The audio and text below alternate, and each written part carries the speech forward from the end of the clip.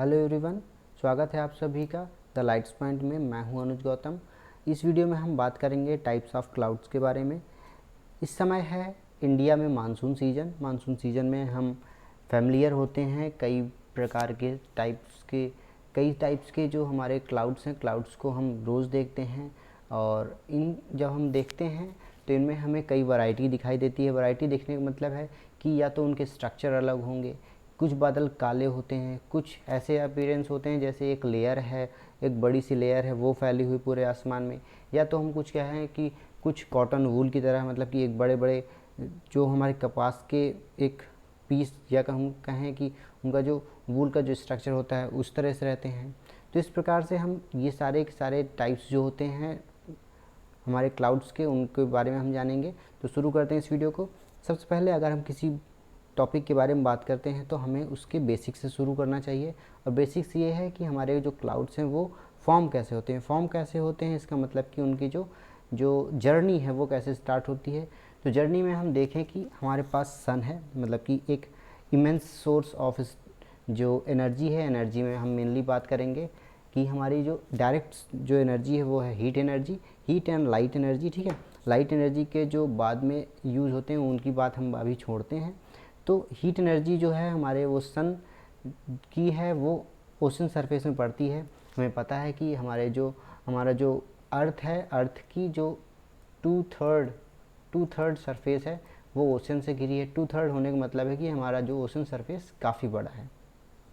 काफ़ी बड़ा होने के नाते इस पे जो हमारे सनलाइट पड़ती है, सनलाइट पड़ने से ये जो वाटर है वो वाष्प में बदलता है। वाष्प में बदलने का मतलब है कि ये वेपर्स जो हैं वो हल्के होने के कारण ऊपर उठते हैं। ऊपर उठने के साथ साथ जैसे ही ये हीट की वजह से ऊपर उठते हैं, अब हम जानते हैं कि हमारा जो अगर ये हमारा पूरा वायुमंडल है, मतलब एटमॉस्फेयर में जैसे जैसे आप ऊपर जाएंगे टेम्परेचर आपका गिरता जाएगा। टेम्परेचर गिरने का मतलब है कि ये जो वाष्प की बूंदें हैं वो धीरे धीरे ऊपर कंडेंस होने लगेंगे।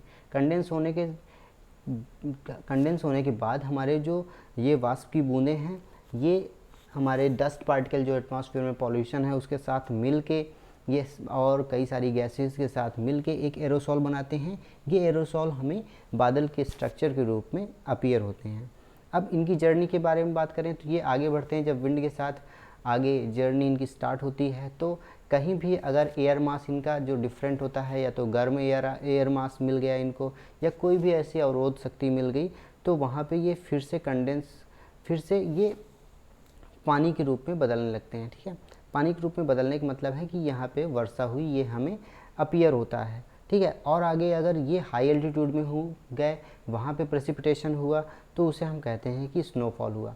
अब वाटर की जो ये फिर से जर्नी स्टार्ट होती है वो ये है कि ये कहीं ना कहीं एक्यूमुलेट होते हैं। और जैसे हम ग्लेशियर्स की बात करें तो ग्लेशियर्स पिघल के वापस से फिर नदियों में होते हुए फिर से ओशन में पहुंचते हैं। और ये भी वाटर कहीं ना कहीं से, चाहे अंडरग्राउंड वाटर बन के जाए या तो कहीं नदियों में, नालों में वापस से ओशन में जाता है। तो इसी प्रकार से हमने क्लाउड्स के फॉर्मेशन के साथ साथ जो वाटर का साइकिल है वो हमने पढ़ लिया। ठीक है, तो अब हम बात करते हैं आगे कि जो हमारे क्लाउड्स हैं उनके जो अफेक्ट करने वाले फैक्टर्स हैं वो कौन कौन से हैं। तो पहला जो हमारा अफेक्ट करने वाला टेम्परेचर है, और दूसरा नंबर है वो है विंड का। ठीक है, तो अब हम ये विंड और टेम्परेचर को दो तरीके से समझ सकते हैं कि हमारे जो क्लाउड्स हैं वो इन दोनों फैक्टर्स को किस तरह से अफेक्ट करते हैं, या हम कहें ये जो दो फैक्टर हैं ये हमारे क्लाउड्स को किस तरह से अफेक्ट करते हैं। अब अगर टेम्परेचर की आप बात करें तो टेम्परेचर जितना ज़्यादा होगा वाटर उतना ही ज़्यादा वाष्प में बदलेगा। बदलेगा मतलब कि अगर ये टेम्परेचर ज़्यादा होगा, ठीक है, अभी हम सिर्फ टेम्परेचर के रिस्पेक्ट में बात करते हैं। अगर टेम्परेचर ज़्यादा होगा, टेम्परेचर ज़्यादा होने का मतलब है कि जो हमारा जो ये वाष्प है, ठीक है, टेम्परेचर ज़्यादा होने का मतलब जो चीज़ ज़्यादा गर्म होगी वो ज़्यादा ऊपर उठेगी। ठीक है, इसी तरह हमारा एयर मास के साथ होता है, इसी तरह हमारा चाहे हमारा वेपर हो, ठीक है, उसके साथ भी ऐसा होता है।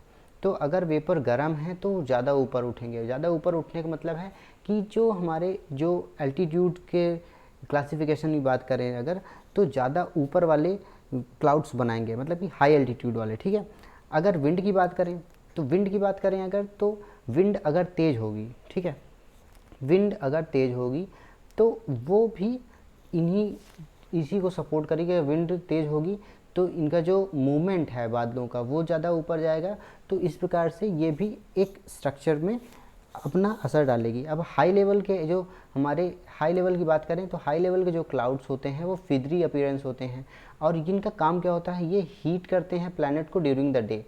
अब allowing the sunlight to penetrate and the surface to prevent heat from the escaping, ठीक है। इनका दो काम होता है। ये करते क्या हैं कि अगर हमारी ये सतह है और ऊपर ये बादल है, ठीक है, ये बादल हैं, ठीक है, जो फिदरी अपीयरेंस वाले हैं वो उनकी बारे में बात कर रहा हूँ मैं। अगर सनलाइट आती है तो ये सनलाइट को अलाउ भी करते हैं अंदर आने के लिए, लेकिन रिवर्ट करने पे ये रिवर्ट नहीं होने देते हैं। तो इसका मतलब ये है कि ये जो हमारा अर्थ है इसको गर्म रखते हैं।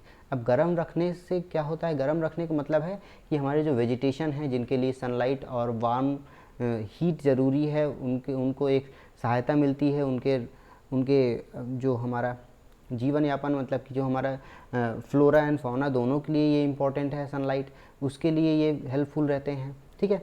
अब लोअर की बात करें, लोअर लेवल के क्लाउड्स जो होते हैं उनमें होता क्या है, ये रिफ्लेक्ट करते हैं heat from the sun back into the space and keeping the surface temperature cool. अब हाई लेवल के क्लाउड्स का काम तो ये हो गया कि वो जो रेज हैं उनको आने देते हैं और वापस जाने नहीं देते। लेकिन लोअर लेवल के जो क्लाउड्स होते हैं, लोअर लेवल के क्लाउड्स में होता क्या है कि वो सन की रेज को आने ही नहीं देते और टेम्परेचर रखते हैं कूल हमारे एटमॉस्फेयर का, हमारे जो अर्थ है उसका, ठीक है। अब clouds also form when air is forced upward at areas of the low pressure. अब देखिए जहाँ पे अगर यहाँ पे टेम्परेचर कम है, इसका मतलब कि यहाँ पे लोअर प्रेशर है। लोअर प्रेशर का मतलब कि यहाँ की जो हवा है वो ऊपर उठ चुकी है। अब यहाँ पे अगर हवा ऊपर उठ चुकी है तो एक एयर मास आएगा, वो इसको भरने की कोशिश करेगा, तो इसकी वजह से इसकी टेम्परेचर ज़्यादा होने की वजह से यहाँ पे जो एयर की जो स्पीड होगी वो बाद में ज़्यादा तेज़ होगी, ठीक है। Wind meets centre of the low pressure system and have now where up to go, ठीक है। तो यहाँ पे जैसे ही अगर यहाँ पे ज़्यादा होगा टेम्परेचर, तो यहाँ के एयर मास के साथ साथ हवा इसको ऊपर लेके उठेगी, ठीक है।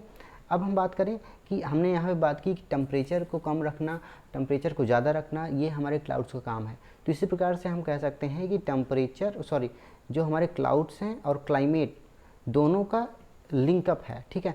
तो इसी प्रकार जो हमारे क्लाउड्स और क्लाइमेट का जो रिलेशन है इसको हम कहते हैं क्लाउड क्लाइमेट फीडबैक, ठीक है। तो इसे कहते हैं क्लाउड क्लाइमेट फीडबैक। ये है कि किस प्रकार से क्लाउड क्लाइमेट को अफेक्ट करता है और किस प्रकार से क्लाइमेट क्लाउड्स को, ठीक है। अब हम बात करें कि जो हमारे जो क्लाउड्स की स्टडी है, क्लाउड्स की स्टडी को हम कहते हैं नेफोलॉजी, ठीक है। इसे कहते हैं नेफोलॉजी। मैंने शायद यहाँ पे मेंशन नहीं किया, इसलिए मैं यहाँ पे लिख रहा हूँ कि इसको कहते हैं नेफोलॉजी। अब हम बात करें कि हाँ, ये हमारा जो वर्क है कि ये लोअर लेवल के क्लाउड्स हैं, ठीक है। लोअर लेवल के क्लाउड्स होने के नाते यहाँ पे सन की जो एनर्जी है उसे नीचे नहीं आने देते और इस टेम्परेचर को कूल रखते हैं। रात में होता क्या है, रात में यही क्लाउड्स नीचे की जो एनर्जी है, नीचे की जो मतलब कि यहाँ से हमारे अर्थ सरफेस से जो रिफ्लेक्ट होके दिन भर की गर्म जो रेज होती हैं वो ऊपर जाने नहीं पाती, न जाने की वजह से ये वापस फिर आएंगी और जो हमारा अर्थ का टेम्परेचर है वार्म रखती हैं। ये अर्थ को सस्टेन करने में काफ़ी हेल्पफुल होते हैं। अब हम नेक्स्ट बात करें कि इनके क्लासिफिकेशन दो प्रकार से होते हैं। एक तो हमारे क्लाउड्स किस हाइट पे बने हुए हैं पहले नंबर पर, दूसरा नंबर पर है कि इनका फिजिकल फॉर्म कैसा है। फिजिकल फॉर्म मतलब कि ये देखने में कैसे हैं। अब अगर हम बात करें बेस्ड ऑन एल्टीट्यूड, तो एल्टीट्यूड में हम बात करें तो ये हाई क्लाउड्स होते हैं, ठीक है। हाई क्लाउड्स के बाद हमारे मिडिल क्लाउड्स, मिडिल मतलब कि एक लो और हाई एल्टीट्यूड के बीच वाले जो क्लाउड्स जो हमारे बनते हैं उन्हें हम मिडिल क्लाउड्स कहते हैं। और फिर लो क्लाउड्स, फिर clouds with extensive vertical development मतलब कि ऐसे क्लाउड्स होते हैं जो हम कहें कि बहुत ऊंचे होते हैं, जिनका एक स्ट्रक्चर ऐसा होता है जैसे हमारे एक अगर हम स्ट्रक्चर बनाते हैं कि जैसे हमारा ये हुआ चक्रवात, तो इस प्रकार से चक्रवात की तरह से हमें दिखाई देते हैं ये वाले क्लाउड्स, ठीक है। तो अब देखिए सिर्फ शब्दों का खेल है। अगर आपको समझना है कि हाई क्लाउड्स कौन से हैं, तो जिस जिस भी जो हमारे क्लाउड्स हैं उनमें अगर साइरस, ठीक है, साइरस शब्द का साइरस शब्द आया तो इसे हम कहेंगे हाई क्लाउड्स। आप जैसे आप नाम सिर्फ देखिए कि जो क्लाउड्स दिया गया है, अगर अगर आप सिर्फ नाम में ध्यान देंगे तो आपको कई बातें क्लियर हो जाएंगी कि वो किस हाइट पे बना हुआ है। अगर साइरस लिखा है तो हाई एल्टीट्यूड में बना हुआ है। मिडिल क्लाउड्स को हम अल्टो कहते हैं, ठीक है, अल्टो अगर दिखेगा आपको तो वो मिडिल क्लाउड्स हैं। लो लेवल के क्लाउड्स में वैसे कोई नाम होता नहीं है, ठीक है, बल्कि उनका सिर्फ अपीयरेंस के नाम से ही उनका रख दिया जाता है, ठीक है। अब हम बात करें जो हाई लेवल क्लाउड्स होते हैं वो कहाँ फॉर्म होते हैं। हाई लेवल क्लाउड्स जो होते हैं वो उनके जो कैरेक्टरिस्टिक हैं वो पोलर रीजन्स में 3000 मीटर से 7600 मीटर के बीच में बनते हैं, ठीक है। टेम्परेट जोन होता है हमारा, आप मानिए कि अगर ये है जो मतलब ट्रॉपिकल रीजन और पोलर जोन के बीच में है एरिया, उसे कहते हैं टेम्परेट जोन। टेम्परेट जोन में इसका जो हाइट है वो है 5000 से लेके 12000 तक, ठीक है। और ट्रॉपिकल जोन में हमारा ये है 6000 से लेके 18000 की हाइट के बीच में ये हाई लेवल क्लाउड्स मतलब कि जिनमें जो है सिरो वाले, साइरस मतलब साइरस जिसमें लिखा हो वो वाले, ठीक है। मिड लेवल क्लाउड्स की बात करें तो non vertical clouds in the middle level are prefixed by the alto. हाँ, जो मैंने बात की कि अल्टो से ये प्रीफिक्स्ड होते हैं। At any latitude these clouds formed between 2000 metre above the surface, ठीक है, 2000 मीटर के ऊपर ही बनते हैं। This clouds can be formed as high as 4000 metre near the poles की बात करें अगर, मतलब कि जो हमारा पोलर रीजन है, पोलर रीजन में इनकी हाइट हो सकती है 4000 मीटर। और altitude clouds are formed at an altitude of 7600 metre in tropical zone. Tropical zone की बात करें तो वहाँ पे ये 7600 मीटर की हाइट में बनते हैं। लो लेवल क्लाउड्स की बात करें तो ये नियर द सरफेस 2000 मीटर के अंदर ही बनते हैं और इनका जो होता है प्रीफिक्स नहीं होता है, ठीक है। प्रीफिक्स मतलब कि पहले जो शब्द के पहले लगने वाला शब्द जो उसे कहते हैं प्रीफिक्स। अब हम बात करें, ये देखिए इस पिक्चर पे हम बाद में आते हैं, पहले हम जानते हैं कि फिजिकल फॉर्म के बारे में, कि फिजिकल फॉर्म में ये हमारा साइरस, क्यूमुलस और स्ट्रेटस, निम्बस, ठीक है, ये फिजिकल फॉर्म। अब साइरस की बात करें, cirrus clouds are formed at high altitude of 8000 से 12000 और ये डिटैच थिन क्लाउड मतलब कि आपको लगेगा कि एक ये आप जैसे कहें कि पेंट हल्का पेंट ऐसा लगेगा आपको अपीयरेंस, ऐसे क्लाउड्स को हम कहते हैं साइरस। और दे हैव अ फिदरी अपीयरेंस के बारे में बात कर चुके हैं। ऑलवेज वाइट होते हैं, वाइट इनका इस अपीयरेंस होगा। नेक्स्ट हम बात करें क्यूमुलस जो हमारे होंगे, जो क्लाउड्स होंगे वो आपको इस प्रकार से दिखेंगे और इनकी जो मेन बात होती है कि ये कॉटन वूल की तरह दिखते हैं। हाइट की बात करें तो 4000 से 7000 मीटर के हाइट में ये एग्जिस्ट करते हैं और पैचेस की तरह होते हैं। पैचेस मतलब कि ये डिस्पर्स नहीं होते, आपको एक वूल का, कॉटन का वूल यहाँ पे दिखेगा तो एक समूह में होते हैं, ठीक है, ये नहीं कि डिस्पैच्ड होते हैं इधर उधर। दे हैव फ्लैट बेस का मतलब कि जो इसका बेस होगा वो ऐसा नहीं लगेगा कि हाँ आपको चक्रवात की तरह, इनका जो बेस होगा वो परफेक्ट होगा, ठीक है। अब हम बात करें स्ट्रैटस की बात करें, स्ट्रैटस का मतलब ही होता है कि लेयर्स में मतलब कि ये आपको बादल दिखेंगे, ये स्ट्रैटस हैं क्योंकि ये हॉरिजॉन्टल, ठीक है, इनका जो पोजीशन होती है वो हॉरिजॉन्टल में होती है। ये नहीं कि इनका मतलब आपको अपीयरेंस ऐसा नहीं लगेगा कि हाँ वर्टिकली ये ऊपर उठते जा रहे हैं, ठीक है। स्ट्रैटस क्लाउड्स आर स्ट्रैटिफाइड और लेयर, ठीक है। This clouds are usually form due to the mixing of air masses मतलब कि अगर आपको यहाँ पे एक एयर मास इधर आ रहा है, एक इधर से आ रहा है एयर मास, इनके दोनों के टेम्परेचर और ये वास्प लिए हुए हैं और इनके टेम्परेचर्स में अगर डिफरेंस है तो ऐसे क्लाउड्स बनते हैं, ठीक है। The presence of stratus clouds means the chilly and overcast day, ठीक है, ये मतलब कि मौसम ठंडा होगा, ठीक है। अब हम नेक्स्ट बात करें निम्बस सबसे भयावह बादल होते हैं क्योंकि इनमें होता क्या है कि जो आपके रेनफॉल होने की संभावना ज़्यादा होती है और इनके साथ थंडर स्टॉर्म भी आता है। Nimbus clouds block the sunlight ना आने की वजह से आपको जैसे ऐसे लगेगा कि ह्यूमिडिटी बढ़ गई क्योंकि इसके टेम्परेचर, सनलाइट ना तो आ पाती है ना जा पाती है तो जो हमारा टेम्परेचर होता है वो बढ़ जाता है जो सरफेस का। Nimbus clouds are usually black और डार्क ग्रे, ये फॉर्म करते हैं लोअर एल्टीट्यूड में होने की वजह से इनमें जो आप कहें कि रेजिस्टेंस होता है कहीं दूसरे एयर मास से वो ज़्यादा दिखता है और बारिश की संभावना ज़्यादा रहती है। तो इसी के साथ ये वीडियो हमारा समाप्त होता है। नेक्स्ट वीडियो में हम मिलेंगे नेक्स्ट टॉपिक के साथ। तब तक के लिए धन्यवाद।